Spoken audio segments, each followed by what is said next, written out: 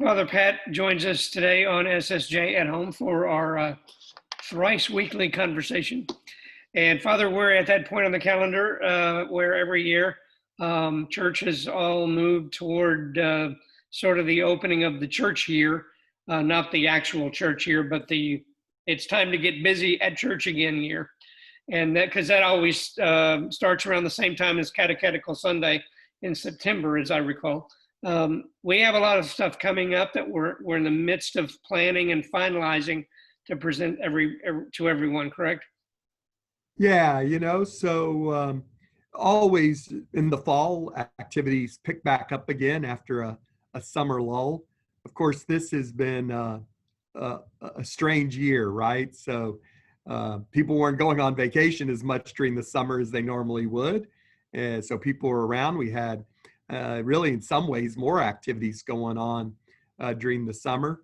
But now as we're looking towards the fall, we're having to retool things that we would normally be having.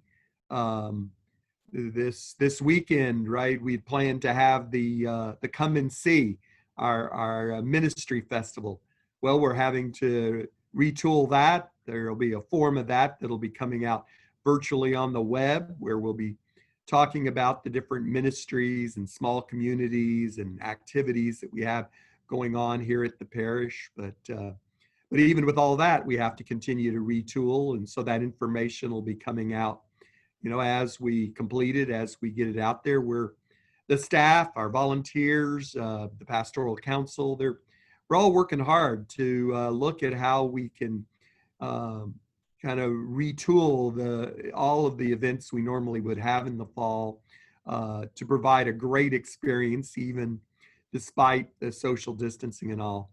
I mean, I'm most pleased with our new faith formation program. It'll at least initially we'll be bringing it out virtually.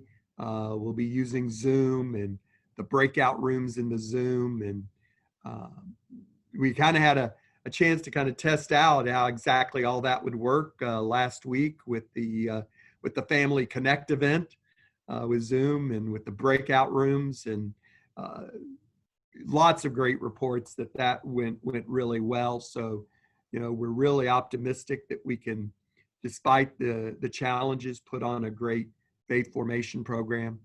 Of course, with the Mass, we're constantly looking at ways to engage people more in the Mass.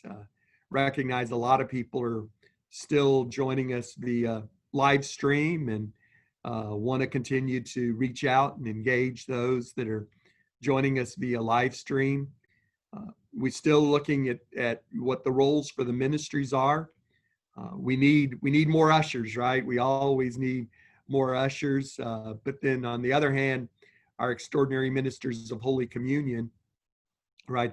Only deacons and priests can distribute communion right now. So looking at what those other ministries mean, encouraging people in some of those other ministries to help us out as ushers. We're looking at getting sacristans and altar servers more engaged in the Mass and what we can do to engage them. So, we're constantly looking about how we can continue to go forth in this environment and provide rich experiences of ministries and small communities, get our organization started again, and then have a series of events here for the fall that, hopefully we'll be able to talk more and more about as time goes on here.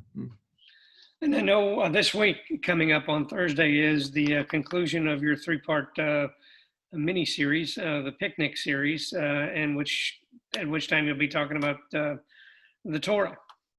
Yeah, so this week I'm really excited. The picnic series, we'll be talking about the Torah and our Catholic beliefs, and we'll go back. And what's amazing to me is how God planted the seeds for Christ, millennium before Christ came, and things that are in the Torah, which was the basic foundation of the Jewish faith. They're the first 5 books of the Bible, the basic foundation of our Bible, the Moses and the covenant and sacrifice and the Paschal lamb, and all of those things were that they all foreshadowed Jesus and the coming of Jesus, and Jesus was an extension of all those things. And then that's what our Catholic faith is all about. So, we believe that when we come to Mass, that we are participating in a sacrifice, that we are renewing the new covenant, that all those things now, what 3 millenniums ago that God instituted with with Moses and with the Jewish people there, that we learn about in those first 5 books of the Bible, that those things are all real and still continue to happen every day here. And so we'll talk about how our Catholic practices build upon those rituals, those things that God did for and with his people 3 millenniums ago. Mm-hmm. That is Thursday night at 7 o'clock on Zoom, and we have the Connect address for the Zoom meetup right down underneath our video here. Sorry, my dog walked by and scared me. Yeah. So and we should have videos of the previous talks. Of course, my first talk was about the Dead Sea Scrolls in our Catholic beliefs. It's that continuity there, all the way from the Torah through the Dead Sea Scrolls, through what Christ instituted to what we do today. That's so exciting. We'll have links to those videos so you can see that talk. Last week, we had an excellent presentation on the theology of the body. We'll have links to so that you can go out and see that presentation. So we want to continue to build that library, give you some opportunities to learn about more in different facets of our faith as we go forward here. And real briefly here at the close of this session, Father, I'd like you to tell us a little bit something about our newest staff member. She's been a valued volunteer for many years, and for a long time, Christine Chapman is now a member of the St. Simon and Jude staff.